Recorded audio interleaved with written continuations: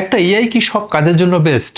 একদমই না। কেউ কোডিং এর জন্য দারুণ কাজ করে, কেউ রিসার্চে, কেউ ইমেজ বানাতে ওস্তাদ, আবার কেউ ভিডিও পর্যন্ত কিন্তু জেনারেট করে দিতে পারে। কিন্তু সমস্যা হলো এখন এতগুলো এআই মডেল চলে এসেছে যে নতুন কেউ শুরু করতে গেলেই কনফিউজ হয়ে যায়। চ্যাটজিপিটি নাকি জেমিনি, ক্লড নাকি ডিপসিক, গ্রক ভালো নাকি পারপ্লেক্সিটি? তো আজকে ভিডিওতে আমি খুব সহজ ভাষায় আপনাদের এই পপুলার সব এআই মডেলগুলো নিয়ে কথা বলবো, যে কোনটা কোন কাজে ভালো, কার জন্য বেটার হবে, কার জন্য আসলে বানানো হয়েছে, এবং শেষ পর্যন্ত আপনার জন্য কোনটা ব্যবহার করা উচিত। তো চলুন শুরু করি কথা না বাড়িয়ে। তো প্রথমেই আসছে সবচেয়ে পরিচিত নাম চ্যাটজিপিটি। 2022 সালের শেষের দিকে ওপেন এআই যখন চ্যাটজিপিটি লঞ্চ করলো, তখন হয়তো তারাও ভাবেনি যে এটা ইতিহাসের সবচেয়ে ফার্স্ট পপুলার হওয়া টেকনোলজির একটা হয়ে যাবে। কয়েক মাসের মধ্যেই কোটি কোটি মানুষ প্রথমবারের মতো এআই এর সাথে কথা বলা শুরু করে। কিন্তু মজার ব্যাপার হলো, অনেকেই এখনো মনে করে যে চ্যাটজিপিটি নাকি গুগলের মতো ইন্টারনেট সার্চ করে অ্যান্সার দেয়। আসলে ব্যাপারটা কিন্তু এমন না। চ্যাটজিপিটি হলো একটা লার্জ ল্যাঙ্গুয়েজ মডেল। এটাকে কোটি কোটি বই, আর্টিকেল, ওয়েবসাইট, রিসার্চ পেপার আর টেকনিক্যাল ডকুমেন্ট দিয়ে ট্রেনিং দেওয়া হয়েছে।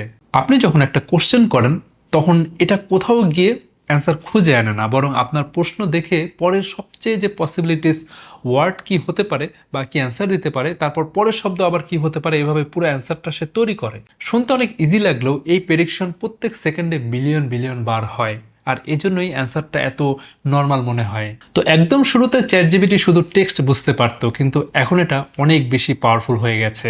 আপনি ইমেজ আপলোড করলে সেটা অ্যানালাইসিস করতে পারে, পিডিএফ পড়ে ইম্পর্টেন্ট ডেটা বের করে আনতে পারে, এক্সেল ডেটা বুঝতে পারে, কোড লিখতে পারে, আবার রং কোড হলে সেটা আবার ঠিক করে দিতে পারে, আবার কমপ্লেক্স সব ম্যাথও কিন্তু সলভ করতে পারে। এমনকি ঘন্টার পর ঘন্টা চলা কনভারসেশনের কনটেক্সট পর্যন্ত সে মনে রাখতে পারে। আর সবচেয়ে বড় ব্যাপার হলো, চ্যাটজিপিটি কোনো একটা নির্দিষ্ট কাজের জন্য বানানো হয়নি। Writing, programming, study, research, business, marketing, data analysis, এরকম অনেক ধরনের কাজে কিন্তু এটা ব্যবহার করা যায়। তাই যদি একজন নর্মাল ইউজার হিসেবে আপনাকে একটা এআই বেছে নিতে বলে, তাহলে চ্যাটজিপিটি এখনও সবচেয়ে ব্যালেন্সড এআই মডেলগুলোর একটা। আচ্ছা, এরপর আসি গুগলের এআই অর্থাৎ জেমিনিতে। অনেকেই ভাবেন জেমিনি মানেই হচ্ছে চ্যাটজিপিটির কপি, কিন্তু আসল ব্যাপারটা কিন্তু একটু আলাদা। জেমিনিকে গুগল শুরু থেকেই কিন্তু মাল্টি মডেল এআই হিসেবে তৈরি করেছে। অর্থাৎ এটা শুধু টেক্সট না, একই সাথে ইমেজ, ডকুমেন্ট, অডিও, এমনকি ভিডিও নিয়েও কিন্তু কাজ করতে পারে। তবে জেমিনির সবচেয়ে বড় পাওয়ার হচ্ছে অন্য জায়গায়। সেটা হলো গুগল ইকোসিস্টেম। ধরুন আপনার জিমেইলে অনেক ইমেল জমে আছে, আপনি চাইলে জেমিনিকে বলতে পারেন যে ইম্পর্টেন্ট মেলগুলো সামারাইজ করে দিতে। তো গুগল ড্রাইভের ফাইল অ্যানালাইসিস করতে পারে, গুগল ডক্স দেখে রাইটিং বুঝতে পারে, তারপর গুগল ম্যাপস দিয়ে ট্রিপ প্ল্যান করতে পারে, এমনকি ইউটিউবের ভিডিও নিয়েও কিন্তু কাজ করতে পারে। অর্থাৎ আপনি যদি প্রতিদিন গুগলের সার্ভিস ব্যবহার করেন, তাহলে জেমিনি অনেক সময় কিন্তু চ্যাটজিপিটি থেকেও বেশি আপনার কাছে সুবিধাজনক মনে হবে। আর যেহেতু এটা গুগল সার্চের সাথে খুব ভালোভাবে কাজ করতে পারে, তাই একেবারে নতুন বা একদম লেটেস্ট ডেটা বের করার ক্ষেত্রেও কিন্তু জেমিনি বেশ পাওয়ারফুল। সহজভাবে বললে, চ্যাটজিপিটি যদি হয় একটা ইউনিভার্সাল এআই অ্যাসিস্ট্যান্ট, তাহলে জেমিনি হলো গুগল ইউজারদের জন্য তৈরি করা পার্সোনাল এআই অ্যাসিস্ট্যান্ট। তো এবার আসি ক্লডের কথায়। নর্মাল ইউজারদের মধ্যে চ্যাটজিপিটি বা জেমিনি যতটা পরিচিত, ক্লড কিন্তু ততটা না। তো ততটা না হলেও অনেক সফটওয়্যার ইঞ্জিনিয়ার আর প্রফেশনালদের কাছে কিন্তু এটা অনেক পপুলার একটা এআই মডেল। তো ক্লড তৈরি করেছে অ্যানথ্রোপিক। তো যে কোম্পানিটা আসলে হচ্ছে আবার ওপেন এআইয়েরই এক্স কিছু হচ্ছে রিসার্চার, তারা মিলে তৈরি করেছিলেন। তো বাইরে থেকে দেখলে ক্লডও কিন্তু কোশ্চেন অ্যান্সার দেয়, ডকুমেন্টস লিখে দেয়, কোড করে, মানে অন্য এআইয়ের মতোই আসলে। কিন্তু এর আসল পাওয়ারটা হলো কমপ্লেক্স অ্যানালাইসিস। ধরুন আপনার কাছে 200 পেজের একটা পিডিএফ আছে বা কয়েক হাজার লাইনের কোড আছে, ক্লড এগুলো কিন্তু খুব সহজ অ্যানালাইসিস করতে পারে এবং পুরো কনটেক্সট ধরে রেখে অ্যান্সার দিতে পারে। কোডিংয়ের ক্ষেত্রেও ক্লড কিন্তু অসাধারণ। বাগ খুঁজে বের করা, এক্সিস্টিং প্রজেক্ট বুঝিয়ে দেওয়া, তারপর কোড রিফ্যাক্টর করা বা বড় সফটওয়্যার প্রজেক্ট নিয়ে কাজ করার ক্ষেত্রেও কিন্তু ডেভেলপার এখনও ক্লডকেই বেশি পছন্দ করে। তো ক্লডের কয়েকটা ভার্সন আছে। হাইকু সবচেয়ে ফাস্ট, সনেট সবচেয়ে ব্যালেন্সড, আর অপাস হচ্ছে সবচেয়ে পাওয়ারফুল। তাই যদি আপনার মেইন কাজ হয় প্রোগ্রামিং, ডকুমেন্টেশন আর বড় বড় কমপ্লেক্স রিপোর্ট নিয়ে অ্যানালাইসিস করা, তাহলে ক্লড আপনার জন্য অবশ্যই দারুণ অপশন। আচ্ছা, এরপর আসছে গ্রক।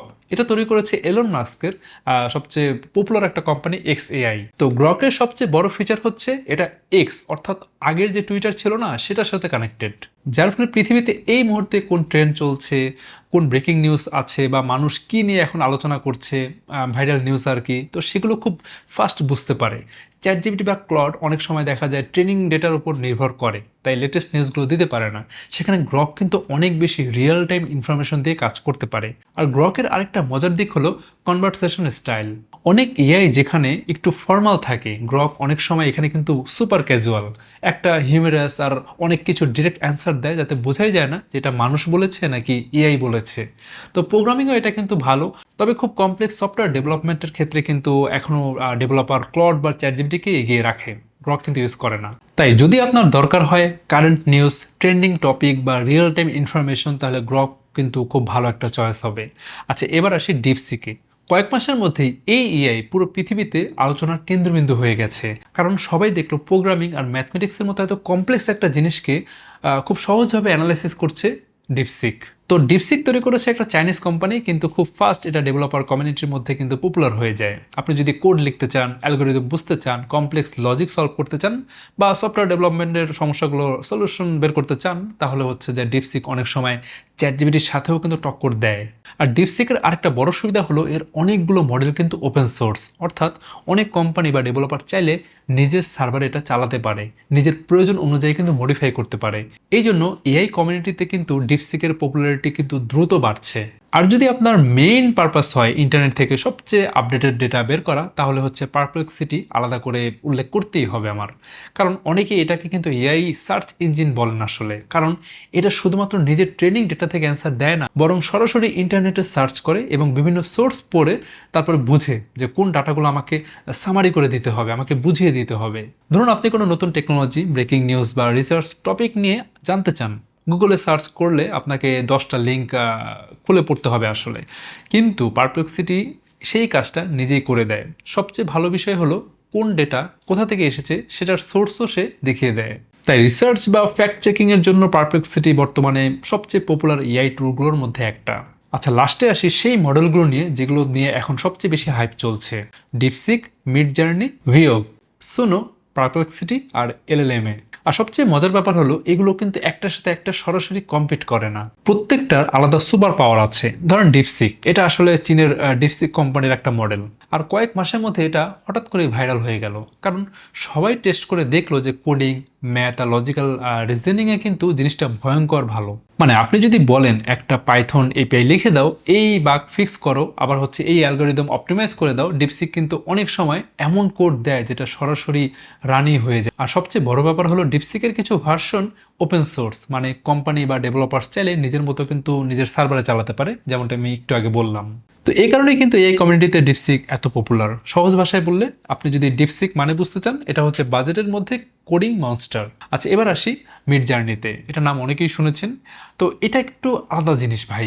তো এটা কিন্তু কোনো চ্যাট করার এআই, এটা আসলে ইমেজ বানানোর এআই।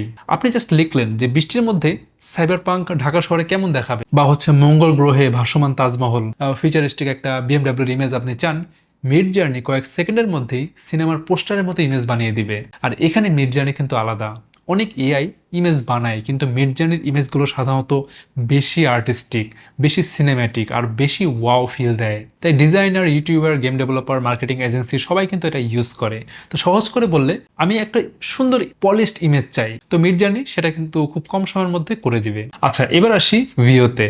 তো এটা হচ্ছে গুগলের ডিপ মাইন্ডের একটা ভিডিও জেনারেশন এআই। মানে মিডজার্নি ইমেজ বানায় আর ভিও ভিডিও বানায়। আপনি লিখলেন যে রাতের বৃষ্টিতে ঢাকা শহরে ড্রোন শট, বা সামুরাই পাহাড়ের উপরে হচ্ছে দাঁড়িয়ে আছে, বা স্পেসশিপ হচ্ছে মরুভূমির উপর দিয়ে উঠছে, তো ভিও সেই সিনটাকে ভিডিও হিসেবে বানাতে পারে। আর শুধু নতুন ভিডিও না, পুরনো ভিডিও এডিটও কিন্তু করতে পারে। মানে ফিউচারে YouTube video, ad, short film অনেক কিছুতেই কিন্তু এই ধরনের এআইয়ের একটা বিশাল ভূমিকা থাকবে। অলরেডি কিন্তু বাংলাদেশে অনেক বড় বড় ব্র্যান্ড কিন্তু এআই দিয়ে ভিডিও অ্যাড বানাচ্ছে। আচ্ছা, এবার আসছে সুনো। এটা আমার ফেভারিটগুলোর মধ্যে একটা, কারণ এটা মিউজিক বানায়। শুধু মিউজিক না, পুরো একটা গান। আপনি লিখলেন যে বাংলা র্যাপ, রক স্টাইল বা ব্রেকআপ সং, কাওয়ালি স্টাইলে এআই গান। সুনো কিন্তু কয়েক সেকেন্ডে লিরিক্স, ভয়েস, মিউজিক, মিক্সিং সব কিছু করে দেয়। তার মানে হচ্ছে আগে গান বানাতে সিঙ্গার, মিউজিশিয়ান, স্টুডিও অনেক কিছু লাগতো, আর এখন আইডিয়া থাকলেই সুনো একটা ডেমো গান বানিয়ে দিতে পারে। ইউটিউব ইন্ট্রো, মিম সং, শর্ট ভিডিও, এখানে কিন্তু সুনো কিন্তু অসাধারণ। আচ্ছা, এবার আবার আসি পারপ্লেক্সিটিতে।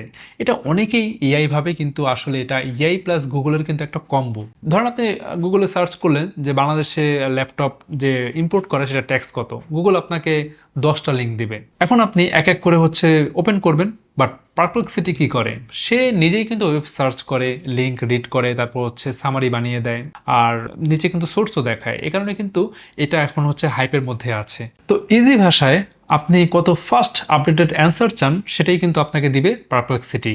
আচ্ছা, সর্বশেষ এলএলএম এ, এটা হচ্ছে মেটার এআই মডেল, কিন্তু মজার ব্যাপার হলো আপনি সরাসরি এলএলএম এ দিয়ে কিন্তু খুব কম ব্যবহার করেছেন, কারণ এলএলএম এ আসলে ডেভেলপারদের জন্য। মেটা এটাকে তুলনামূলক ওপেনভাবে দিয়েছে, তাই কিন্তু হাজার হাজার কোম্পানি এলএলএম এ ডাউনলোড করে নিজেদের এআই বানাচ্ছে। অনেক লোকাল এআই, কাস্টম চ্যাটবট, কোম্পানির ইন্টারনাল এআই সবকিছুর নিচে কিন্তু এলএলএম এ থাকতে পারে। তাই এলএলএম কে ভাবেন এআই ইঞ্জিন হিসেবে, যেটার উপর কিন্তু অন্যরা গাড়ি বানায়। তো এখন আসলে প্রশ্ন হচ্ছে যে কোন এআই কার জন্য। ফার্স্ট বলে দিচ্ছি, সবকিছু করতে চাইলে chat GPT, Google drive, maps এগুলো ইউজ করলে জেমিনি, কোডিং আর বড় ডকুমেন্টস নিয়ে কাজ করতে চাইলে ক্লড, রিয়েল টাইম নিউজ যদি চান তাহলে গ্রক, ফ্রি পাওয়ারফুল কোডিং করতে চাইলে ডিপসিক, আর ইমেজ বানাতে চাইলে মিডজার্নি, আর ভিডিও বানাতে চাইলে ভিও, আর গান যদি বানাতে চান, কম্পোজ করতে চান সুনো, আর রিসার্চ করতে চাইলে পারপ্লেক্সিটি, আর নিজে এআই বানাতে চাইলে এলএলএম এ। আরেকটা জিনিস মনে রাখবেন, একটা এআই সবকিছুর জন্য বেস্ট এই ধারণাটা কিন্তু ভুল। স্মার্ট ইউজাররা কিন্তু একটার বেশি এআই ব্যবহার করে, আমি নিজেও কিন্তু মাল্টিপল এআই ব্যবহার করি। স্ক্রিপ্ট চ্যাট জিপিটিতে, রিসার্চ পারপ্লেক্সিটিতে, তারপর কোডিং করতে গেলে ক্লড বা ডিপসিক, আবার ইমেজ কিন্তু আমি মিডজার্নিতে বানাই। মানে হচ্ছে এআইকে একটা টুলবক্স হিসেবে ভাবেন ভাই, যে কাজের জন্য যে টুল লাগবে, ঠিক আছে, বা যে কাজের জন্য যে টুলটা ভালো সেটা ব্যবহার করেন। আর সবচেয়ে ইম্পর্টেন্ট কথা, এআই অনেক স্মার্ট, কিন্তু সবসময় কিন্তু সে ঠিক নাও হতে পারে, অনেক ভুল ডেটা দিতে পারে। তার মানে হচ্ছে কনফিডেন্স নিয়ে আপনি জাস্ট একটা এআই ব্যবহার করতে পারেন না। তো আপনার যদি একটা সেন্সিটিভ ডেটা দরকার হয় বা হচ্ছে একদম অ্যাকুরেট ডেটা দরকার হয়, তাহলে হচ্ছে আপনি 3-4টা এআই ব্যবহার করে আপনি শিওর হয়ে নিন যে আপনার যে ডেটা আপনি নিচ্ছেন সেটা অ্যাকচুয়ালি রাইট কিনা। তো এখন কমেন্টে বলেন আপনার ফোনে সবচেয়ে বেশি কোন এআই ওপেন থাকে, চ্যাট জিপিটি, জেমিনি, নাকি ক্লড, নাকি পারপ্লেক্সিটি। আর যদি ভিডিওটা কাজে লাগে তাহলে সাবস্ক্রাইব করে রাখেন, কারণ সামনে আমি দেখাবো কোন এআই ফ্রি ভার্সনে আসলে সবচেয়ে বেশি ভ্যালু দেয়। তাহলে আজকে ভিডিও পর্যন্তই, দেখা হবে পরে কোনো ভিডিওতে। সে পর্যন্ত ভালো থাকুন, সুস্থ থাকুন।